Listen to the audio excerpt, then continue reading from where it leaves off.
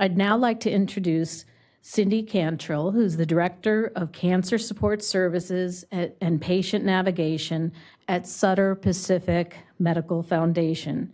Cindy is a visionary with practical, keen insights, and she'll be sharing her perspective on redesigning care by leveraging patient navigation. So we're not just going to go over navigation and what it is, but the how, and looking toward an ideal state for oncology patient navigation and what that will take. Cindy?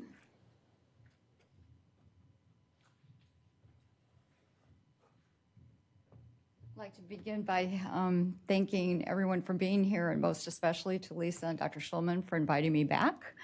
In November of 2017, I was here as we were cooling off from the fires in California. I have to say that while you all were cooling off in Ohio and recently in the past few weeks, I wanted to begin by sharing a story with you. There's a patient that needed colostomy bags.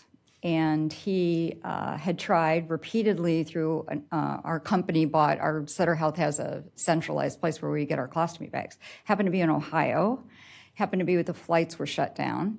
So what happened was his primary care somehow got lost with the referral for the order. Then it took us close to, and I'm not kidding you, it took us close to 6 hours to try to deal with the order, with the faxing, with the communication, et cetera. So finally I said, I just got an answer to this problem. And I took out my credit card and I said to a navigator who had clearly spent an ARN navigator doing this work, I said, you know what? I just got on Amazon and he can have the bags in 2 days. I'll just give you, he can have a secret Santa bag, if you will. I'll just be a secret Santa bag. So let's get started. I bring that up because I wanted to let you think about navigation. What we've all talked about this morning in this amazing, amazing time is what we need to do to think outside our cancer committees, outside the regulatory agencies, outside of NAPBC, COC, with all due respect, outside of COPE, but really look at a service and innovation model. So our current reality as we all live in every day is that medicine is not how it used to be. When I was growing up, I'm delighted to say I'm starting my 47th year in oncology nursing. So I do remember Dr. Welby, and I do remember that there used to be personalized physicians and primary care physicians. And now I look at our patients that are put in the hospital who have no idea who their doctor is, none. They don't know who to call the hospitalist, whether to call their oncologist, whether to call the pulmonologist, et cetera. Data and information overload, it's hard for us to keep up. I remember a medical oncologist telling me recently that literally she feels like she goes through a meteor storm with what she's blitzed every day in terms of on her web, on her notices. We're flooded with new technology, new drugs, and personalized medicine. And we need to transition from the old guard to the new guard, as we know with the aging oncology workforce, and the regulatory and accreditation quality pressures. From a patient's perspective, they have what I call oftentimes information toxicity, because not only are they learning from us, they are getting data overload. They have 8 to 10 specialists. I recall a woman years and years ago that said her 9-year-old had a team of 9 physicians, a neuro-oncologist, a neurologist, a medical oncologist, radiation oncologist, and she said, but I don't know who my child's doctor is. Obviously, we know the fear and anxiety and stress that our patients are finding it harder and harder to cope, getting lost in the system, needs not being met, the financial toxicity, and as I said, who's the patient's point of contact, and the existential and practical challenges. The other day, I sent a patient to a very highly skilled specialist, and the number one question was, I don't know where to park. How do I park? How do I get in? What door do I go in? One of the hospitals in San Francisco was actually built on steps, so to speak. So for a patient with a cardiac event or pulmonary issues, it's very hard to access even the medical care office. I want to draw your attention to Diana Burgess. I have to say that I've read this a number of times. It was actually in the Yale Journal for Humanities and Medicine. And it's one of the things that keeps me up at night, because she talks about, the title of it is Navigating the Maze of the Cancer World Without a Map. And she talks about 5 days before Christmas, a specialist by whom she didn't know who this person was came into her room and said, you have a very rare tumor. We've never seen this before. And she said, well, am I going to live? He said, well, if you make it 2 years, you might have a chance. She'd never seen this physician before. He left for 2 weeks to go on vacation. But he said, before I leave, I'm going to order an MRI. He ordered an MRI, and sure enough, she came back with a questionable lesion in her liver. She called the office. No one called her back. No, the physician on call was from home, couldn't get taken call from home, couldn't get access to the record. She said it took her 6 days of Xanax, of which the physician that gave her diagnosis gave her, to get through so that she could finally get to understand what was happening to her care. She says that she describes that it turned her into a crazy person, and what she most needed was a guide. And of course, my mind goes off. She needed a navigator, because when patients say, well, Cindy, what's a navigator? I said, I'm your GPS. They said, what does that mean? I said, hopefully it's great patient support. So Dr. Schulman and I have talked about this in terms of integration of navigation along the continuum of care. This is a grounding slide we use. I chair a patient navigation committee for our system. We diagnose about 15,000 new cancer cases per year, so we're trying to really standardize the role of navigation. One of the things I wanted to point out in terms of how these look like silos, but actually my goal is really to try to make this circular. I'll give you one specific example. I'm very, very firm about a patient not being told their cancer diagnosis over phone. So our patients that come in for their breast biopsies are greeted with, when they're told they need a biopsy, the nurse navigator or the breast health nurse sees the patient at that particular time, gets the patient scheduled, but critically, she sets up an in-person results visit within 3 days. In the meantime, that does allow her to go into our beloved EHR and basically contact the PCP, say, this patient's having a biopsy, we expect the results in 3 days, who would you like to send the patient to? And the radiologist thinks the patient probably going to need an MRI. So all the pre-work is done. You can do magic in 2 days. And so that when the patient comes back in to sit down in front of me or one of the nurses on my team, we're able to say to the patient, this is what your diagnosis is, but this is your next step. Number one, we've got you scheduled for an MRI tomorrow. Number two, you're going to be presented at breast tumor board next Wednesday. Number three, you're going to see a medical oncologist and a surgical oncologist, and we give them a huge binder. Ideally, and what is happening is now that same nurse that did the handoff to the chemo teach nurses or the infusion nurses is able to see that patient a year later and give the survivor plan. Talk about this morning where we talk about how do we help people feel like they make a difference in lives, in the longitudinal life of a patient. And I would submit to you that that nurse that gave that diagnosis, giving that survivorship plan, is value added not just for the patient, but for the provider as well. So in making it simple, I think that patients want to be held and guided, and we need to shift to a culture of service. So how do we do that? And most importantly, a wise administrator said something that is embedded in my mind. And he talked about it at every staff meeting, every meeting, was if you're not caring, if you looked at environmental services, looked at IT, looked at whatever in the whole room in our collective management meetings, and said, if you're not taking care of a patient, you need to be taking care of someone who is taking care of a patient. And by that, I mean the service that we give to not only our patients, but the service we give to one another. So what is innovation? What is the focus on service? Dr. Schulman, not our beloved Dr. Schulman, a different Dr. Schulman, wrote in just hot off the press last week in the New England Journal of Medicine. He talks about why we have had such a hard time in medicine adopting innovation. And I think it's really interesting to look at the fact that we really think we understand the customer, in this case patient's underlying needs, but Dr. Poitman so adequately, poignantly pointed out, we need to understand what the patient's needs are. We're looking at it top down, and we need to look at it from the bottom up, in my opinion. And in the services model, health information technology should offer a platform.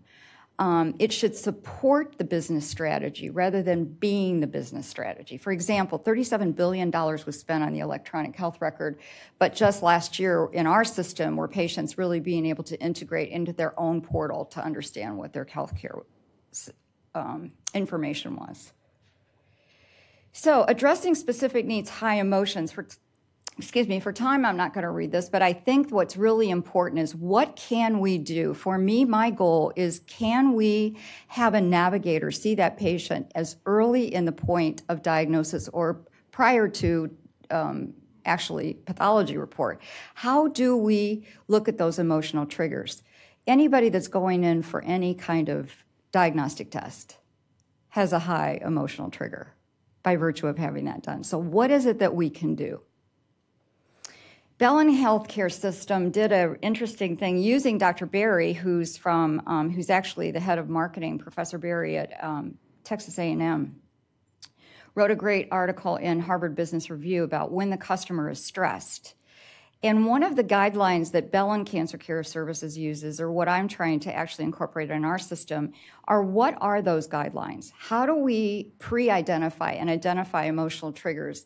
Intermountain Healthcare, Stanford, navigators all call the patient before their first oncology appointment, whatever that point of entry is, whether it's surgical oncology, medical oncology, radiation oncology, so that we can actually have a baseline team-like look approach with all of us in terms of what are these issues going to be. When I see a patient pre-biopsy, I'm not so much questioning her about her whether she's allergic to betadine, epinephrine, or latex. I'm looking at, I'm going to give this woman a diagnosis that's going to forever change her life 3 days from now. Is she homeless? Who's her support system?